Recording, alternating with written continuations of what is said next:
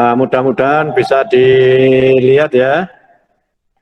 Saya dengan judul komunikasi radio.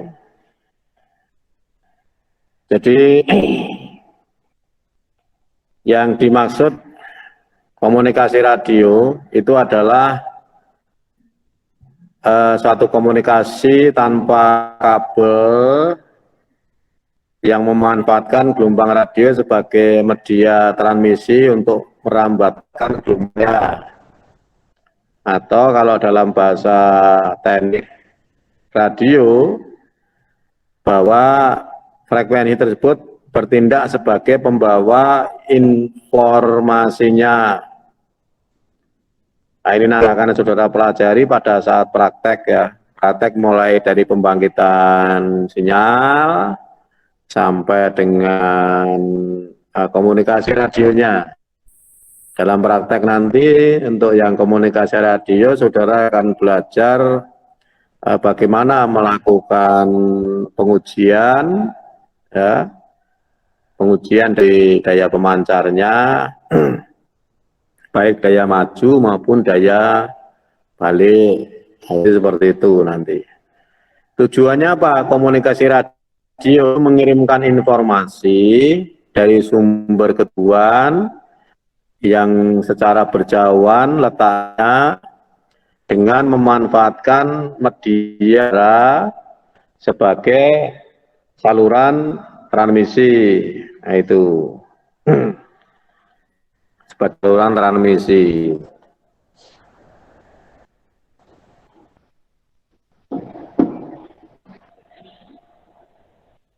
Nah, kemudian keuntungannya apa? Keuntungan dari komunikasi radio itu bisa menjangkau daerah yang cukup luas, kemudian tidak diperlukan pemasangan kabel yang rumit atau tanpa harus menggunakan kabel. Contohnya ya handphone saudara itu adalah alat komunikasi tanpa kabel. Nah, itu, tetapi di situ menggunakan teknik frekuensi, ya, menggunakan teknik gelombang radio. Nah, itu seperti itu. Kemudian kerugiannya apa?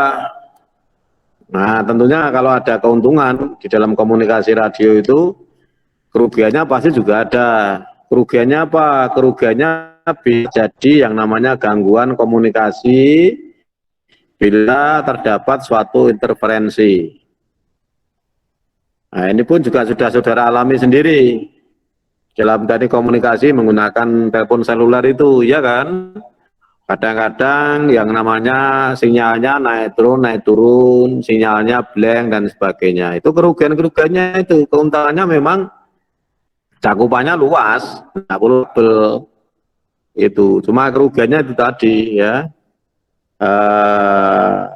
Pasti ada kekurangannya. Itu.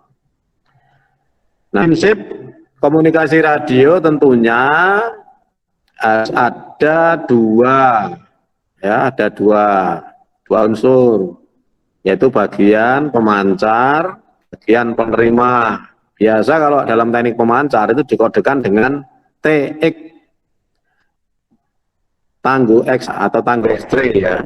Itu kalau RX Romeo X3 itu. Nah, itu digambar seperti itu ya. Kemudian bagian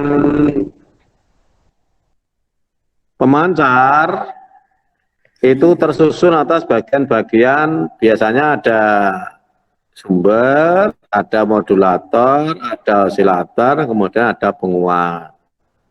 Nah, beberapa teman saudara yang kemarin sudah praktek dasar telekomunikasi sudah bisa merencanakan yang namanya pemancar dasar ya, bahkan masuk dalam materi juga ujian akhir semester praktek kemarin itu ya, nilainya bagus-bagus juga, mulai dari cara merencanakan penggetar frekuensi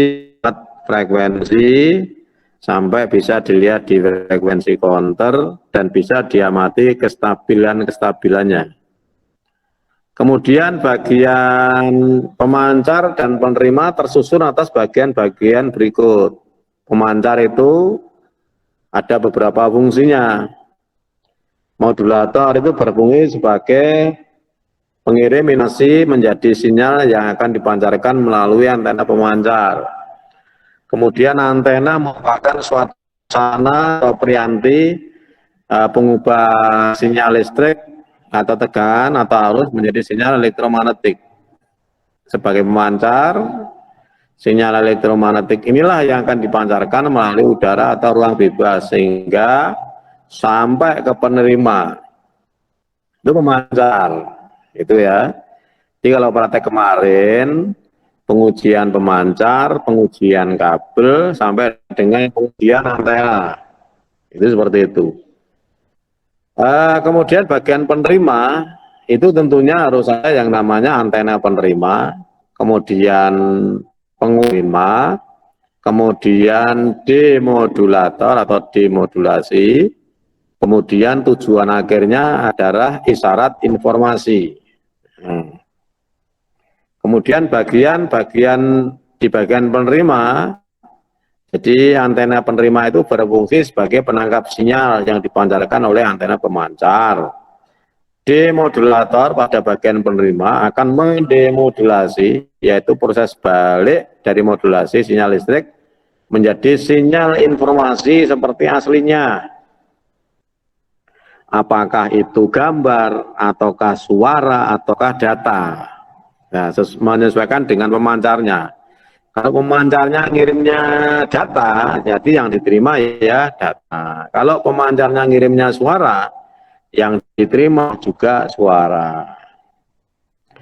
Bagian TX dan RX tersusun atas bagian-bagian berikut. Jika diperhatikan lebih lanjut, maka terdapat beberapa hal yang menjadi perhatian, yaitu modulator dan demodulator atau detektor. Osilator, kemudian penguat, modulasi, antena, dan saluran transmisi. Nah, itu seperti itu. Nah, kemudian modulator itu berfungsi untuk memodifikasi sinyal pembawa atau karir dan osilator sesuai dengan sistem modulasi yang digunakan atau pemodulasi. Rangkaian modulator tergantung dari jenis modulasi yang digunakan. Bisa balan modulator dengan diode paraktor. Jadi intinya kalau Anda dengar modulator itu berarti kaitannya dengan pemancar. Kalau demodulator itu berhubungan dengan penerimanya. Maka nama demodulator berfungsi sebagai alat untuk mendapatkan informasi yang terkandung dalam sinyal karir termodulasi. Rangkaian demodulator tergantung dari jenis modulasi yang digunakan. Contohnya rangkaian modulator, envelope detektor, kuadratur detektor, rasio detektor, dan slope detektor. Lalu ada lagi dengan istilah yang namanya osilator. Ini yang osilator ini besok eksperimennya panjang ini ya. Jadi otak utama dalam setiap radio pemancar maupun radio penerima itu adalah ada di osilatornya. Ada di osilatornya. Kalau osilatornya adalah stabil ya, osilatornya stabil, maka hasilnya juga akan stabil. Itu. Nah, beberapa jenis osilator itu banyak sekali ya. Ada osilator umpan balik positif, ada osilator penggeser fasa, ada osilator LC, ada osilator Hartley, ada Colpit, ada klep, dan yang lain termasuk kristal. Nah itu, nanti akan saudara pelajari juga, mulai dari sistem LC, sistem VCO, kemudian sistem kristal, sampai dengan osilator terkendali digital atau PLL. Nah itu. Kemudian penguat berfungsi memberikan penguatan terhadap sinyal yang akan dikirim atau diterima. Pada penerima dapat berfungsi sebagai filter karena karakteristik respon frekuensi mirip band pass filter. Pada pemancar berfungsi menghilangkan dari rangkaian-rangkaian pemancar. Antena berfungsi meradiasikan gelombang elektromagnetik terbimbing pada saluran ke udara atau sebaliknya. Masing-masing bentuk antena punya pola pancaran atau radiasi yang berbeda. Contoh macam-macam antena, ada loop antena, ada dipol antena, ada yagi antena, ada parabolik antena. Itu seperti itu. Bisa kita kenalkan pada saat saudara ikut praktek, ya, bagaimana melakukan uji antena, itu ya. Kemudian saluran transmisi, agar daya sinyal dapat dipancarkan secara maksimal, maka impedansi output rangkaian pemancar dengan impedansi karakteristik saluran transmisi serta impedansi beban harus sama, atau dalam bahasa istilahnya match, sesuai gitu ya. Jika tidak sama, maka terjadi gelombang pantul, SWR, ya, standing wave ratio, akan tertimbang pantul atau bisa dikatakan tidak match atau mismatch. Nah, ini yang tidak boleh dalam teknik transmisi. Alokasi frekuensi, ya. Frekuensi-frekuensi yang dipergunakan tentunya dalam setiap penggunaan komunikasi itu sudah diatur, ya, dari tabel alokasi frekuensi itu bisa dilihat. Kalau 3 sampai 10 kHz itu biasa dipakai maritim dan militer. 30 sampai 300 adalah aeronautika, navigasi radio dan yang lain, ya. Kemudian 300 sampai 3000 kHz sampai 33 MHz gitu ya. Nah, itu biasanya siaran radio AM, alpha mic gitu ya. Kemudian 3 sampai 30 MHz itu radio CB, kemudian radio amatir. 30 sampai 300 itu radio bergerak, TV, VHF, siaran FM, aeronautika.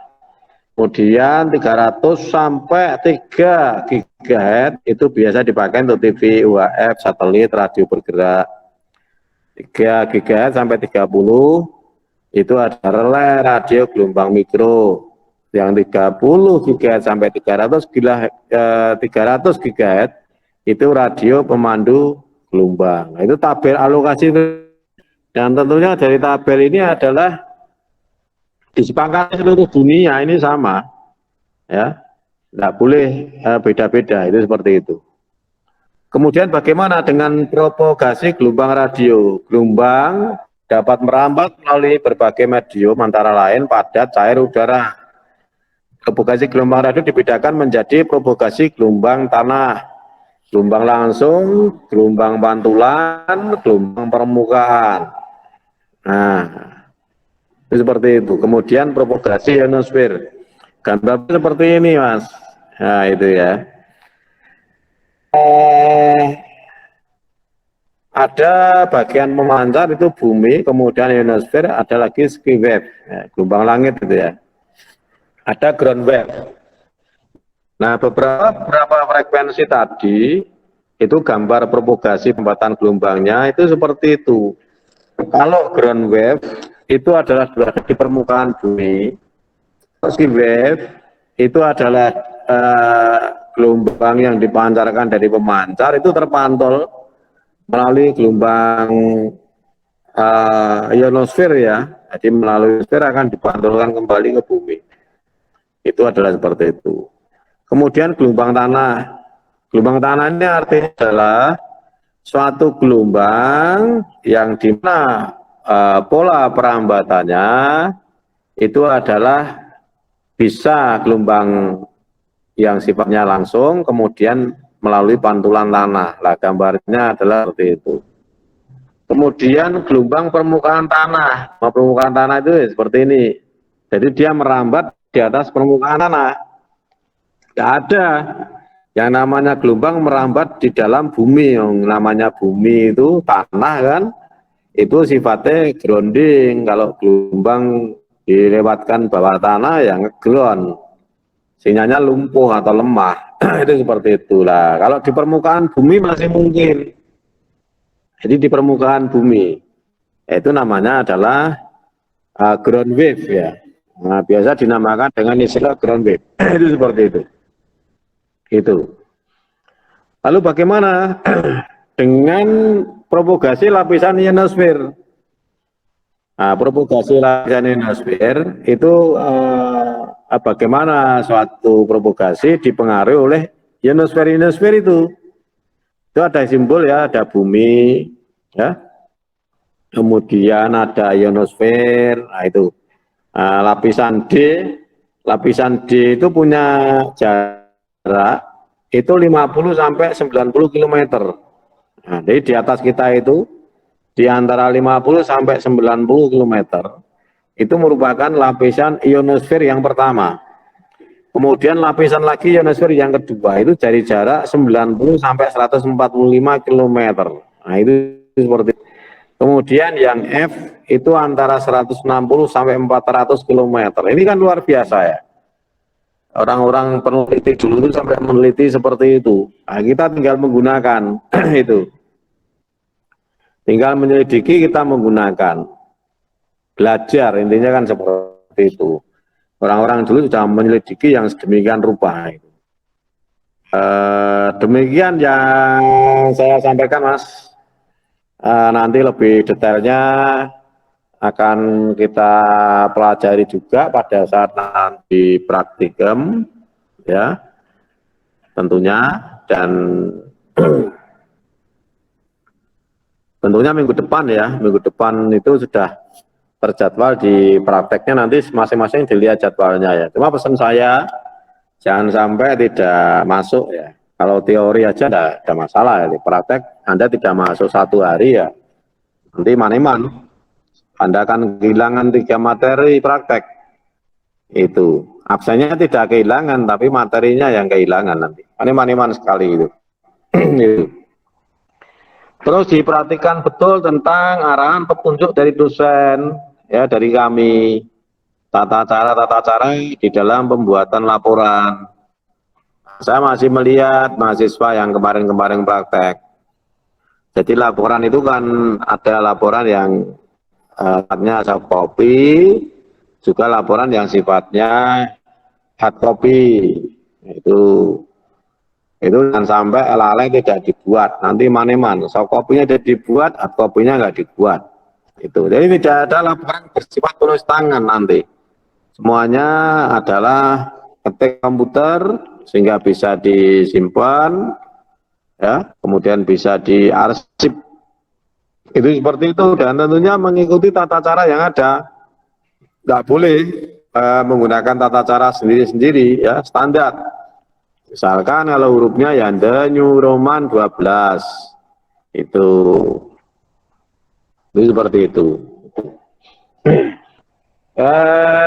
Demikian Mas yang saya sampaikan. Mungkin kalau ada yang ditanyakan silakan.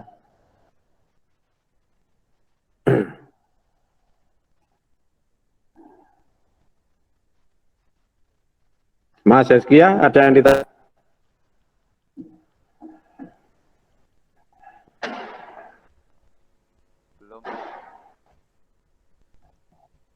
Belum. Posisi ada di mana? Di perpus atau di rumah?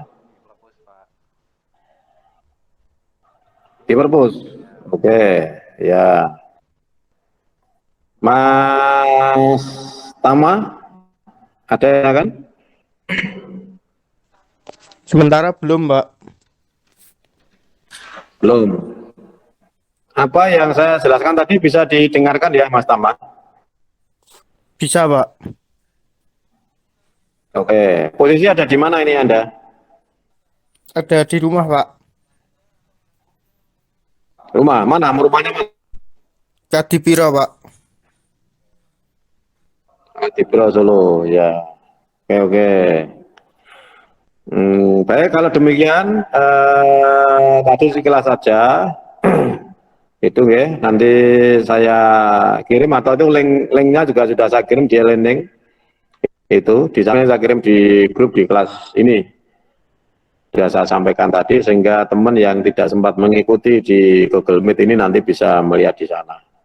Itu baik, kalau tidak ada pertanyaan, yang penting semuanya tetap belajar dengan posisi cara apapun ya. Namun sekali lagi tatkala praktek jangan sampai nanti tidak memperhatikan itu ya.